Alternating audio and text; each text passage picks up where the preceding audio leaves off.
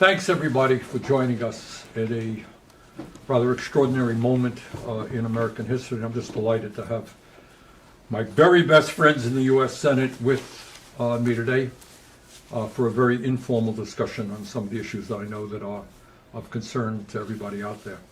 Let me just start off by once again talking about why we are in this shutdown. And we are in this shutdown because we refuse to allow the American healthcare system to collapse. We refuse to allow 15 million Americans to be thrown off the health care they have, and another 30 million people to see their rates double, and in some cases more than. I just got, and Peter, my colleague from Vermont knows this, we just got information from the insurance companies in Vermont. It'll vary up and down in different states. In Vermont, we are seeing in Burlington, Vermont, for a couple, a family of four, of $129,000. Their premiums are going to quadruple, going from about $900 a month to somewhere around $3,600 a month. That family of four in Burlington, Vermont, will be spending about $55,000 a year on health care. All right? Basically insane. And that is up and down, more or less, what's going on all around the country. So that's going on in Vermont. What's going on in your states, guys? Well, certainly in my state of Oregon, we are having demonstrations against the federal agents who have come in to provoke violence. And those demonstrations are demonstrations of joy and whimsy, because the people of Portland decided not to take the bait. They understand that the president's trying to create violence and use violence to justify more authoritarian power. And that this idea of deploying our military against domestic demonstrations is a key part of an authoritarian setting the stage for future actions, becoming the courts, giving approval to it, getting the military used to taking commands to go in. And I think the response in Portland has been incredible. Complete restraint, even when provoked by federal agents, proceeding to do things like women coming down doing pastries in pajamas, and folks bringing down their pets and doing paws, as in paws of a dog, paws for peace, and proceeding to dress up as the group of frogs and other characters dancing in the street saying, we are protesting. We're doing it Portland style because we understand what the president's up to, and we're not going to be supporting or helping his authoritarian strategy. Okay.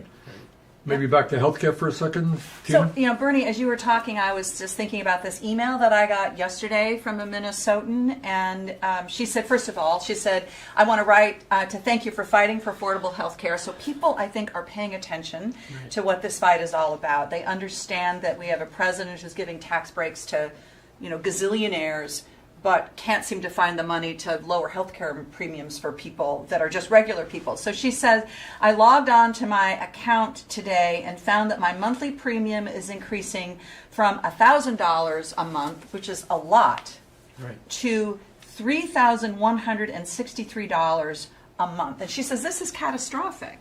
For my husband and I, we can't afford this, and we're going to have to go without health insurance. And so again, we've been saying that this is a now problem. This isn't something that we can maybe get around to solving in January or December. So it's not just Vermont, it's Minnesota, and I suspect it's all of us. Right. Tripling of her healthcare premiums. Yes. To be $36,000 a year. Yes, that's right. And she says, this is really what got me. She was an educator at a Catholic school, and she said that this is more than what her annual salary was when she was a teacher. Wow. Yeah. That's amazing. By the way, what's so astonishing about this, Trump has been picking on blue states, want to inflict the pain on blue states. This affects folks who voted for him. I mean, these premiums don't go to Republicans and Democrats. They go to families. They go to teachers. And everyone is going to get hammered on this. And what we're fighting for is health care, regardless of who you voted for. And 78% of the folks who are on the exchange are in states Trump won. Yeah. So we're not advocating for blue versus red values here. We're talking about health care for the entire country. Exactly. And it's a bipartisan issue. It's a fundamental foundation for a family to thrive. Yeah, while we're on that issue, because I think we should hone in on this, because some of us get asked the question, why are you all fighting this fight so much when some of the biggest beneficiaries are people who live in red states? And the answer is, we're not like Trump, right? We don't try to punish people who voted against us. We want to make sure everybody has access to affordable health care. And Peter, when you said that, I've got this list here of the states that are going to see the biggest increases in their premiums. West Virginia, Wyoming, Alaska, Tennessee, these are in order. West Virginia, 387%. We've been talking about doubling, tripling. And But it's if a you go poor down the state. list, West Virginia is a struggling state. you go down this list, and like the first 12, 14, 15 of the states that will see the biggest premium jumps are red states. But we want to make sure people in red states, blue states, purple states, this is all red, white, Did it blue, ever right? This is all occur- about Americans. I mean, honestly, did it Yeah. ever occur to anybody in this room that we should not worry about people in West Virginia because they voted for Trump or No. Idaho? No. Right. I mean, maybe we're old-fashioned conservatives who believe that we live in one country, right? That's We're all in exactly this right. together. But Elizabeth? you know, it is about values. You've got that exactly right. So I keep watching right now as people are seeing tripling healthcare, health insurance costs, quadrupling. But the Republicans, Donald Trump has managed to say we're gonna still set aside $20 billion to send to Argentina to prop up Milei, this right-wing buddy who has sucked up to Donald Trump for years, who's in terrible trouble. People of Argentina, it looks like, are going to vote him out. So Trump is willing to rush him with $20 billion. And we learned yesterday that, 20 may not get the job done. So they're going to $40 billion. Now, there are two things to watch about this. The first one is $40 billion when families here in our states are not going to be able to afford health care. The lady you're talking about just says, we'll just have to give it up Right. and hope for the best. $40 billion, what that would mean in our healthcare system, more than cover all of these, this help for people to be able to pay their exchange insurance policies. But the other half of it is it's not like it's $40 billion to go in and feed poor children in Argentina. This is $40 billion to bail out hedge funds that have invested in Argentine debt. That's what this is about. So it's So to that's come in Scott and Bessent. exactly. Secretary These of are Treasury. Scott Bessent, our Secretary of Treasury's friends, who are now jumping in and saying, we need help in this because they had invested for money in Argentine debt. And So doesn't Trump, he own a lot of land in the Dakotas, a lot of farmland? He owns a lot of Thousands farmland of acres, in, yeah. in the northern tier of this country. That's exactly right. But finish, Elizabeth, No, because I no, want but to get your in on this point- because I think this is so important. your Yeah. point is a good one because this is about, you think of a president of the United States is supposed to be watching out for us, for all of us, Wait a right? minute. What was it? America first! Oh, No! yeah. Did I hear that one? It sounds Okay, like so Argentina here's the- comes ahead of the United Yeah, States. it's in this house. Argentina then America. So let me tell you how this is going over in Minnesota right now. So we know like roughly a quarter of American farmers, family farmers, are buying their health insurance on the exchange. So they're getting walloped Yeah. by these big insurance premium increases. But at the same time, Minnesota soybean farmers are just Impoverished. creamed because they have no markets for our soybean products because of Trump tariffs. And so when they read in the morning newspaper that Donald Trump is sending $40 billion to Argentina, and that is actually where China is turning to buy Yes. soybeans because the U.S. market has been ruined for, by Donald Trump. No, that's And exactly so it's right. just like, it's just too much. It's In just too fact, much. Connect the dots on the timing. Yeah. Argentina cuts a deal with China to say to China, in effect, you've been buying from those American farmers all those years. Well, now you're facing tariffs. There's a lot of turmoil in the United States Yep. thanks to Trump. How about cut a long-term deal with us and leave those American farmers to let their soybeans rot in the field? And by the way, that's the market that our Midwest farmers used to sell to. Exactly right, It was like exactly 40% right. of their crop. But I- They So did all they of the have difference. raced in- They haven't sold a bushel of soybeans. That's right, but the to China. Argentinians have raced in, they've taken that market, locked that market up, and once that deal was in place, Yep. then Trump said $20 billion for Argentina and is now raised But it. I think on this point, it's worth coming Yep. full circle, because we're talking about healthcare costs that Yep. are about to spike. But we're also seeing rising costs around the country Yep. because of the Trump tariffs. And this That's is the right. guy who said on day one he was going to bring down prices and costs. He's done the exact opposite, and now they're going to allow this huge spike in healthcare costs. But when he put those across-the-board tariffs in place, not only is that a national sales tax, it comes out of the pocket of every single American, but China responded by saying, well, if you're going to impose greater tariffs on us, we're not going to buy so many of your soybeans. Right. So that punished American farmers. And to add insult to injury, China then decided to buy from Argentina, and then Donald Trump and Scott Bessent bail out Argentina. This all comes back to the Trump policy of across-the-board tariffs that are punishing the American people. And for God's sakes, you said you weren't going to allow, you were going to bring down prices. You haven't done that.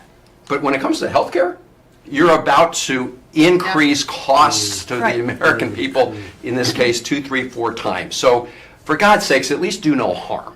That's So all. Bernie, so thank you. So they're high-fiving in Buenos Aires today.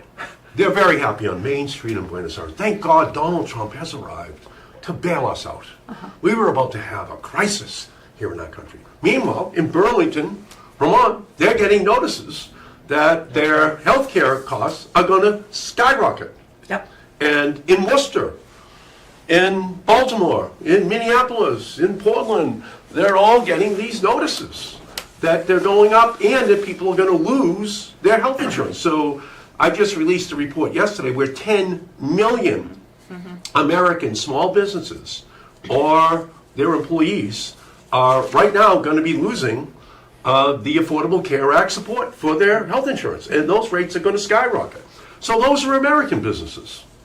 Is Donald Trump No, it's, going to step in to help our American small businesses? And by the way, they're Rotarians, they're Kiwanians, they're the local Chamber of Commerce.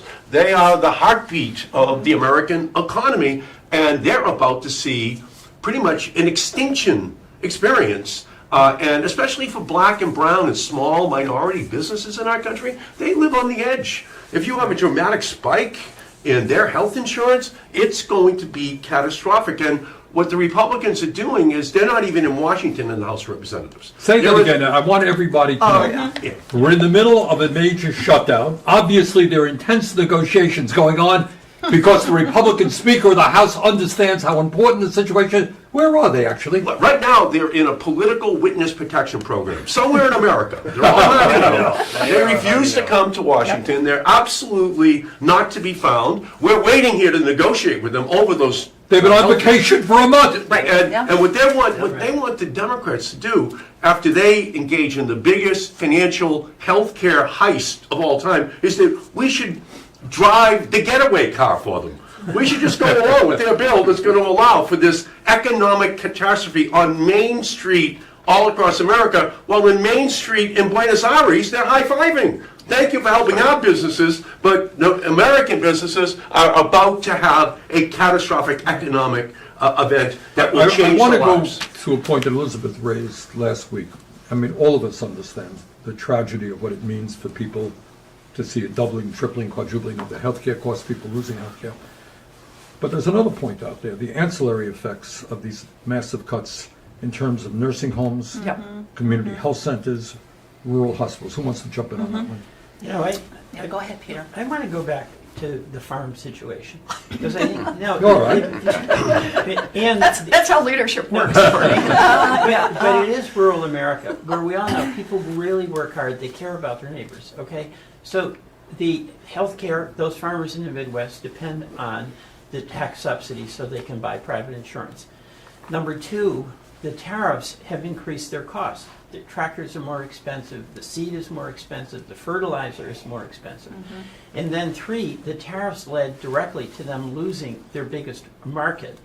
And number 4, we've created a market for Argentinian farmers. So when this is over, those markets are gone. They don't come back. And the catastrophic design of this couldn't have been better produced to inflict more pain.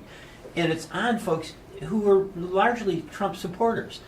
And this is the payback they get. And with the other ancillary effects. Which Good, all right, let's get there. All right. Getting there. Look, all I would say. No, but it's the One community second. hospitals in rural America play a major role in that community, and they do in Vermont, Bernie. One of the things that I find really upsetting, we are the richest country on earth, and the way we treat elderly people, disabled people in nursing homes is beyond disgraceful. I don't know about your states, but in Vermont, nursing homes are shutting down, they're understaffed, underfunded.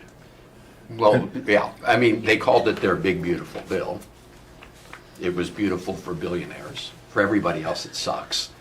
When they cut Medicaid, they cut the primary insurer for nursing homes. Right. Right? Most people in nursing homes are covered by Medicaid. So 2 when out of they 3. whack Medicaid, they are essentially making it much harder for people to be able to go to a nursing home. And nursing homes are already, as we all know, Yeah. completely underfunded, and in so many cases, an unacceptable situation for our seniors. So they've taken that, made it worse. They're also closed, rural hospitals are going to close around the country. All of that, again, as you said, Bernie, at the beginning, to provide billionaires Right. and very rich people with a huge tax cut. In fact, they extended tax cuts for the billionaires and the very wealthy in their so-called big beautiful bill. The one tax cut they did not extend Right. was the tax premium support that allows middle-class families Right. to afford health insurance. That's the one tax cut they let expire. They let that ticking time bomb And go boom, boom, and it's going to explode if we don't deal with it. And, by the way, one of the things that is driving up healthcare costs are the Trump tariffs. Right. Because a lot of medical supplies, pharmaceuticals, other big expenses of rural hospitals and nursing homes have this tariff on top of them, which means that everything costs more. And, I just want to debunk this one thing that our Republican colleagues have been saying. They're saying, the Democrats are insisting that we roll back this $50 billion in support for rural hospitals. So everybody should just know that this is total nonsense. Because they put in this sort of special program for rural hospitals. They needed to do that because they screwed rural hospitals by cutting $150 billion out of Medicaid, which is the insurance that rural hospitals count on. So do not fall for this story that they are pushing out there, because it's just complete bullshit. But in addition, what you were trying to do is just make sure that all undocumented people in this country. Right. Isn't that the other thing? That's right. And people, they're still pushing out that story, even though it is completely debunked. The federal law says that you cannot use federal funding to provide health insurance to people who don't have documents, who are here illegally.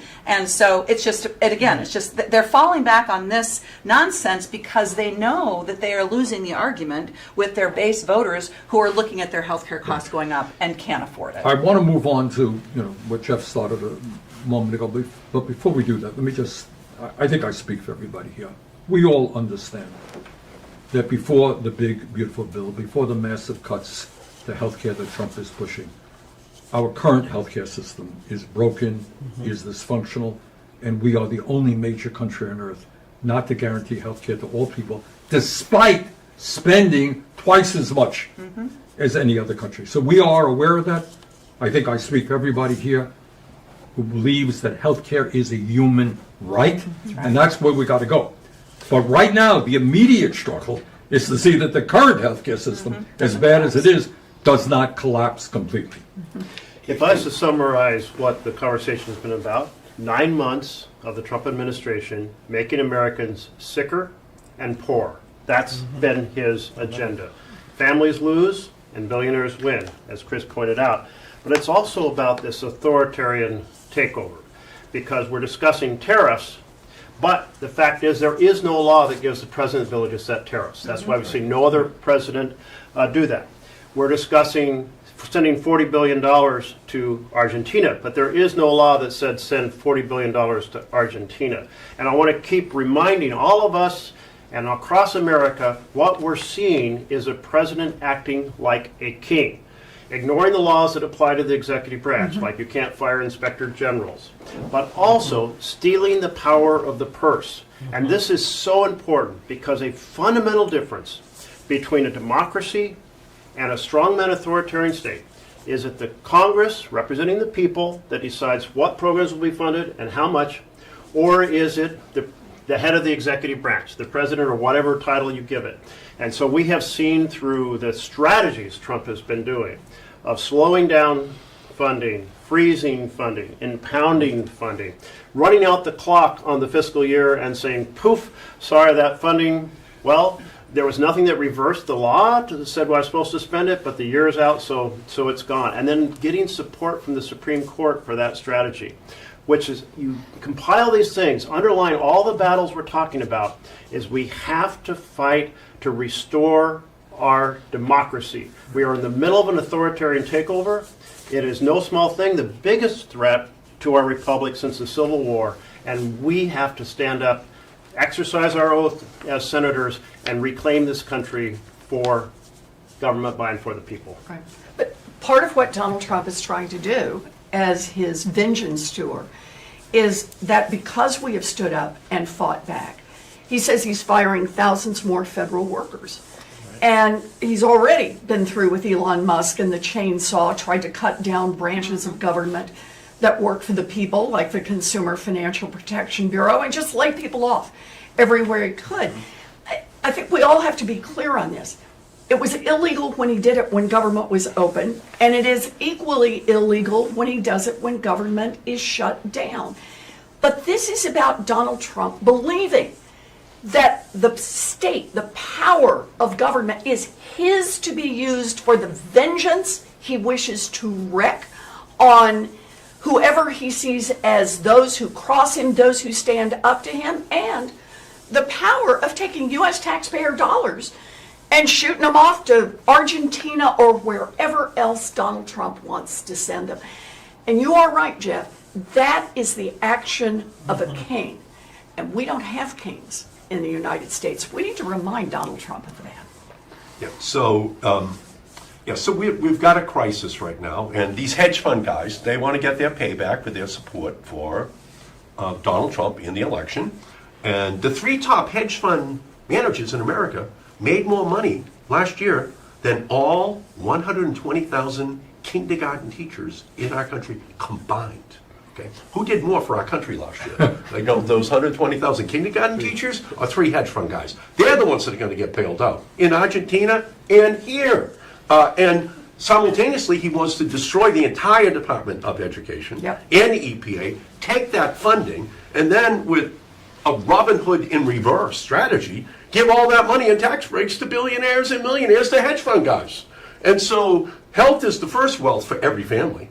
If you don't have your health, you have nothing. And so they're looting that by the tens of millions in our nation, and all of that wealth, that health, is going to those billionaires, and that's what this fight is all about. It's all about this transfer of wealth into the hands of the wealthiest, and it is just Robin Hood in reverse. And the Sheriff of Nottingham, on behalf of King John, is now latter day these hedge fund guys and King Donald Trump trying to do the same thing, and to take from the poor to give to the rich. You know, Eddie, just to make you feel worse, this isn't bailing out the hedge fund guys. It's enriching the hedge fund guys. They buy the debt like at 20 cents on the dollar because it's going south. Well, with the bailout, it means they may get $1 on the 20 cents. So this is a total sweetheart deal. Just like the taxes. Well, we Total remember on sweetheart. Inauguration Day, right, when he told the American people it was going to be a new golden age for America.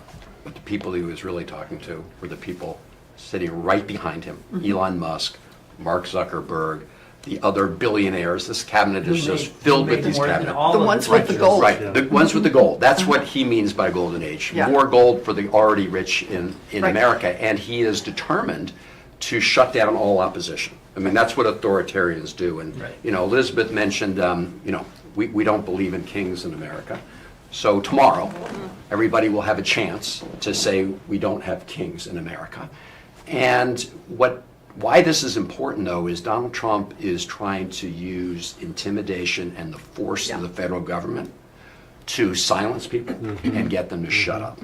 And so it's really important that everybody speak out loudly and also take actions, peaceful actions, to demonstrate that we won't support a king. And I've said this before, but I do think it's important that we call out those who capitulate.